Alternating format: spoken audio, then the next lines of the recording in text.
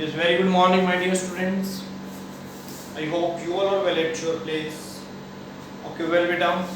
Today we will start very important part of this chapter.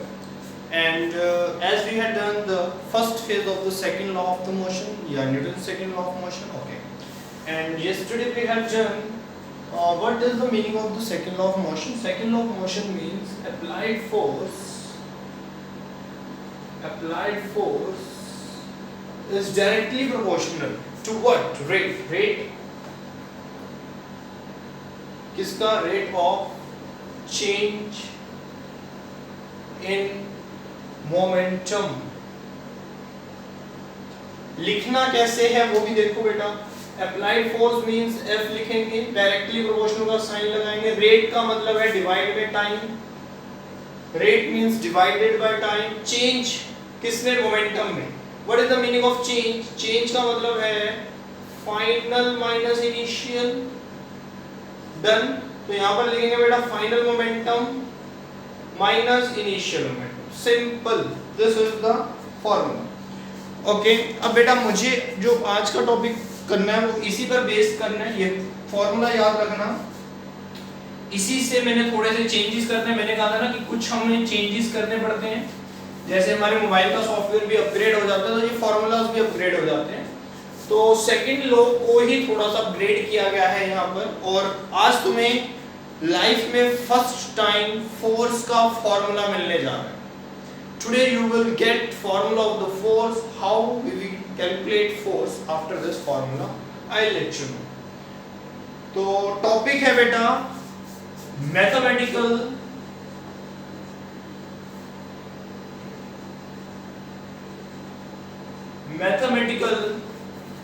calculation of Newton's second law.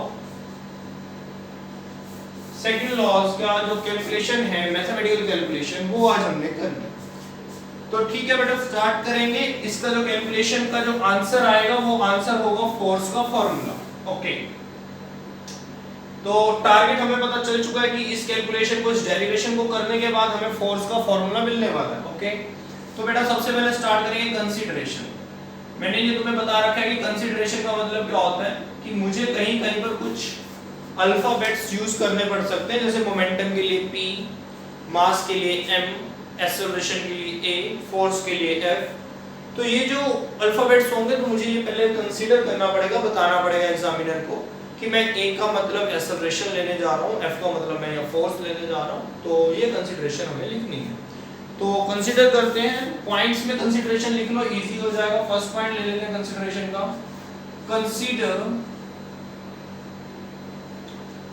Consider an object of mass m मास का object लिया. ठीक है. और initial velocity ले लेते हैं. इनिशियल वेलोसिटी मान लो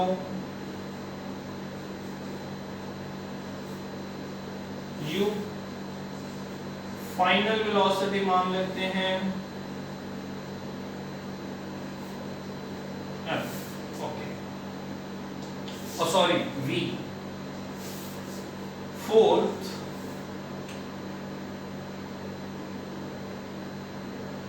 बस यही होगा. और इसके अंदर सिंपल है, बाकी कुछ मानने की जरूरत नहीं बेटा. अप्लाइड फोर्स मान सकते हो.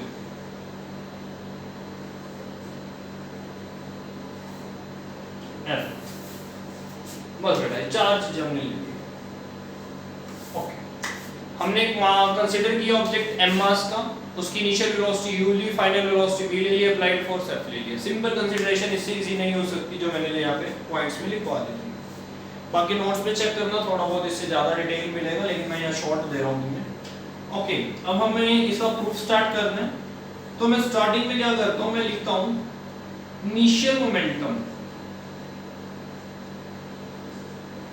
initial momentum ऑफ ऑब्जेक्ट, तो इनिशियल मोमेंटम ऑफ ऑब्जेक्ट को मैं यहाँ लिख लेता हूँ बेटा पी आई, इनिशियल है ना, और इनिशियल मोमेंट ऑब्जेक्ट जो मैं इनिशियल मोमेंटम बता रहा हूँ ऑब्जेक्ट का, तो मोमेंटम का फॉर्मूला होता है मास इनटू वेलोसिटी, तो मास है बेटा m और इनिशियल वेलोसिटी है u, तो mu आ जाएगा mu, ठीक है। फिर ले लेते हैं फाइनल मोमेंटम, इजी है ना डेरिवेशन, अभी तक तो कुछ भी नहीं हो रहा। Final momentum, final momentum of object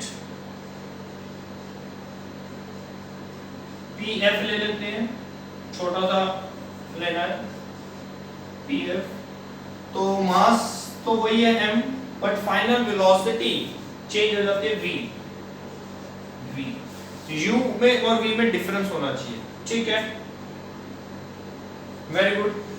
next step बेटा देखो क्या लेते हैं, ये इनिशियल हो गया, फाइनल हो गया, चेंज इन मोमेंटम लेते हैं, चेंज इन मोमेंटम,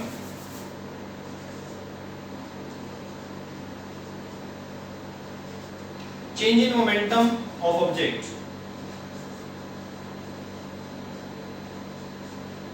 कैसे निकालेंगे, pf minus pi means mv minus mu, m common आ जाएगा, v माइनस u, ये आ जाएगा बेटा।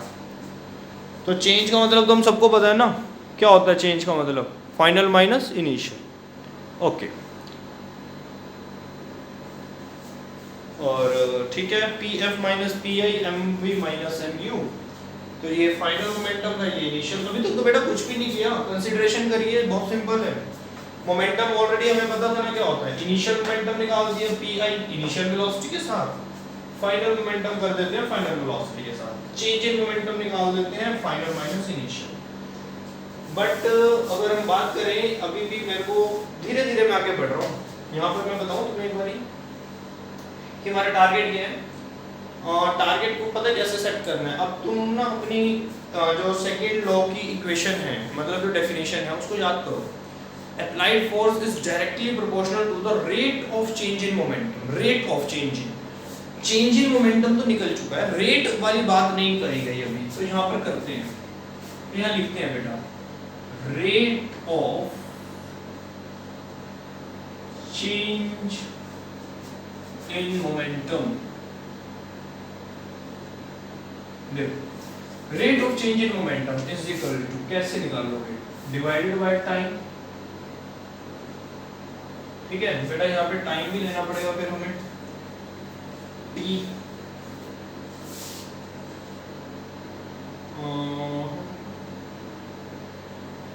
टाइम इंटरवल, वही बात है ना कि जो जो पॉइंट्स हमें यूज करते हैं ना, वो हमें कंसीडरेशन में बताने पड़ते हैं बेटा। ये लो 5 पॉइंटों की वन की कंसीडरेशन चेंज कर देना। Rate of change in momentum की बात कर रहे हैं, तो रेट का मैंने डिवाइड में टाइम लगा दिया, और चेंज इन मोमेंटम मैं ऑलरेडी निकाल चुका हूँ, तो उसको मैं यहाँ लिखता हूँ pf minus pi, final minus initial. तो pf माइनस pi की वैल्यू है हमारे पास m v minus u divided by time की वैल्यू हमने t ले ली है, ठीक है। तो लो जी, यहाँ तक हमने दिया कर, ये बेटा क्या निकला तुम्हारा, तो आंसर है ये हमें मिला rate of change in momentum, ये मिला हमें rate of change in momentum. लो जी, यहाँ तक तो बेटा हमने निकाल दिया, बस तो 80% काम हमने कर लिया। इसके बाद हम बहुत एक गोल्डन वर्ड्स सुनहरे अक्षरों में लिखेंगे, according to second law of motion. Equation नहीं है बेटा, ये लॉ है, law, second law of motion. तो सेकेंड लॉ ऑफ मोशन कहता है कि applied force is directly proportional to the rate of change in momentum. तो यहां पे लिख देते हैं applied force is directly proportional. ये बेटा डायरेक्टली प्रोपोर्शनल का साइन होता है, मतलब डिपेंड करता है, डायरेक्टली डिपेंड करता है किस पे, रेट ऑफ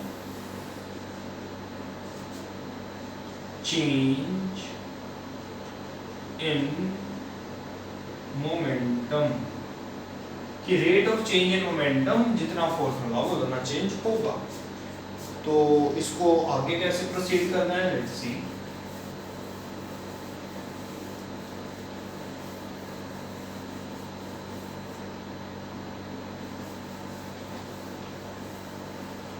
जी तो अप्लाइड फोर्स को बेटा F से लिखेंगे। देखो यहाँ पे अप्लाइड फोर्स F लिया होगा। Rate of change in momentum ये रहा, पूरा लिख देंगे m v minus you divided by t। ठीक है, बट मुझे ऐसा एकदम से ना, जैसे ही मैंने ये फॉर्मूला लिखा मेरे माइंड में एक बात क्लिक कर गई, क्या कि ये मैंने क्या लिख दिया। तो यहाँ पर लिखूंगा बट, देखना तुम्हें भी पता ये बात, ध्यान से देखना, acceleration is equal to final velocity minus initial velocity divided by time. तो ये तो रहा final velocity minus initial velocity divided by time. तो v minus u by t को हम लिखेंगे a। तो दैट मींस f क्या बना बेटा, यहाँ पर f बना directly proportional m into a। v minus u by t बन गया है एक्सेलरेशन। चेक करो, बहुत इंपॉर्टेंट फॉर्मूला होता है ये भी। इसमें भी तुम्हें मैं लॉजिकल और कंसेप्चुअल क्वेश्चंस करवाऊंगा नेक्स्ट वीक में, देखना। तो काफी हमने इसमें कवर किया इस वीक में, हमने मतलब अपने लॉस कर लिए, हमने कंप्लीट करे 2 loss, first law and second law. ठीक है, तो और सेकंड लॉ में हमने डेरिवेशन भी कर दी and this is known as the mathematical calculation of second law. Okay, तो देखते हैं बेटा, फिर यहाँ पर आ जाते हैं m into a।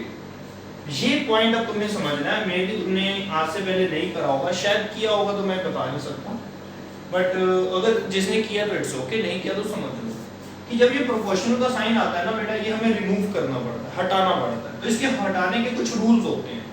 क्या रूल्स होते हैं कि मैं इस प्रोपोर्शनल के साइन को हटाकर मैं चाहता हूँ इक्वल टू आ जाए, फॉर्मूला बन जाए f इक्वल टू।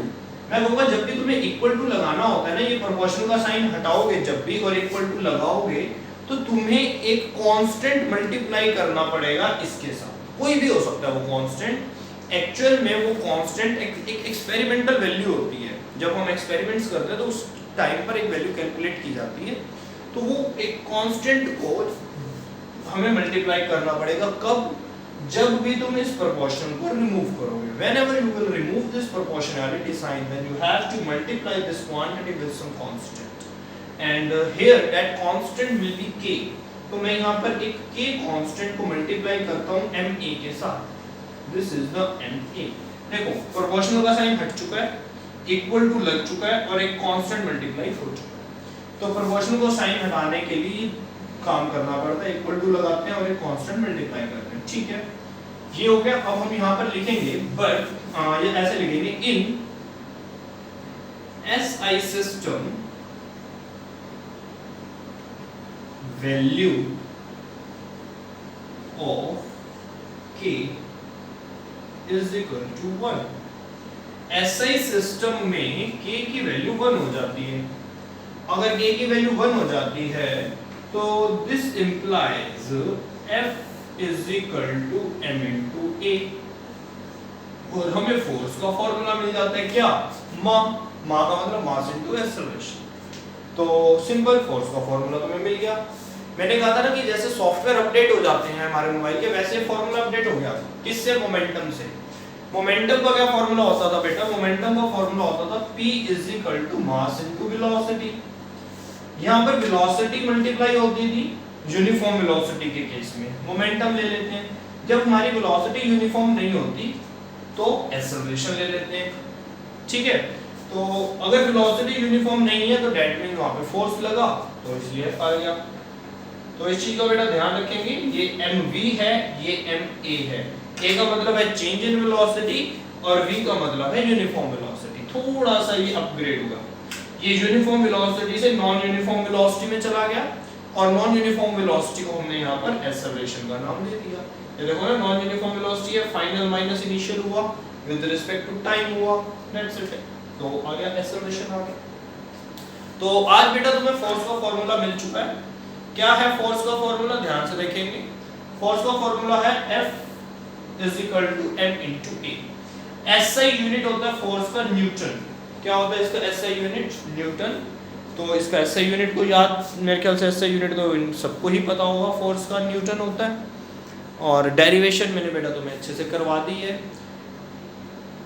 चेक कर सकते हो, बहुत सिंपल डेरिवेशन है, सिर्फ चेंज इन मोमेंटम हमने सेकंड लॉ लगाना है according to the second law of motion. ये लाइन लिखनी नहीं भूलनी, don't forget to write this line. तो उसके बाद हमने जैसे सेकंड लॉ अप्लाई किया, अप्लाइड फोर्स वाला, ठीक है, ये लिखा, ये A बन गया, फॉर्मूला बन गया, प्रोपोर्शनलिटी का साइन हटा दिया, K लगा दिया, SI में K की value 1, answer F is equal to m। तो बेटा यहाँ से हम सेकंड डेफिनेशन बनाते हैं, एक और डेफिनेशन बनाते हैं सेकंड लॉ की। क्या डेफिनेशन बनती है सेकंड लॉ की? इसके अकॉर्डिंग बनती है, क्योंकि that is the calculation, this is the mathematical calculation किसका? सेकंड लॉ का। तो इसका ये जो आंसर आया, इससे हम डेफिनेशन बनाते हैं। Another definition of the second law is product of mass into acceleration। जो force है, force may be defined as the product of mass into acceleration, ठीक है। तो force की ही definition जो है वो second law की definition बन जाती है। और momentum वाला तो तुम्हें पता ही है कि जो rate of change in momentum है वो किस पे डिपेंड करता है? हमारी ताकत पे, मतलब हमारे अप्लाइड फोर्स पर। जितना फोर्स ज़्यादा उतना rate of change in momentum ज़्यादा होगा। तो बेटा आई होप कि तुम्हें ये अच्छे से क्लियर हो गया होगा। तो वीडियो शॉर्ट है, तो अभी पीरियड हमारा स्टिल ओवर नहीं हुआ, तो please take out your notebooks and start practicing. तो प्रैक्टिस करो डेरिवेशन की, पहले रिवाइज करो, फिर इसकी प्रैक्टिस करो 2 टाइम्स। फेल नोटबुक में एक ही बार करनी है, प्रैक्टिस नोटबुक में से 2 बार करनी है। और एक बार जब करोगे तो डेफिनेटली गलतियां होंगी, मे बी किसी से ना भी हो तो बहुत अच्छी बात है, लेकिन उसको भी 2 बार करनी है। लेकिन अगर किसी से गलती होती है, सेल्फ इवैल्यूएट करना है, चेकिंग करनी है, खुद चेकिंग करनी है, चेकिंग करने के बाद गलतियां देखनी है और फिर उसको रिवाइज करना है, उसके बाद दोबारा से बिना देखे सेकेंड टाइम करनी है, तो डेफिनेटली गलतियां नहीं होंगी, ठीक है। तो और अगर तुम्हें कोई पॉइंट क्लियर नहीं हुआ बेटा तो पूछ लेना। और जो भी मुझे अपने होमवर्क सेंड करोगे तो कैसे सेंड करना बता दो, लास्ट में तुम्हारी time name, class section, day and date होनी जरूरी है। All the best, take care, stay at home and keep studying. Thank you बेटा।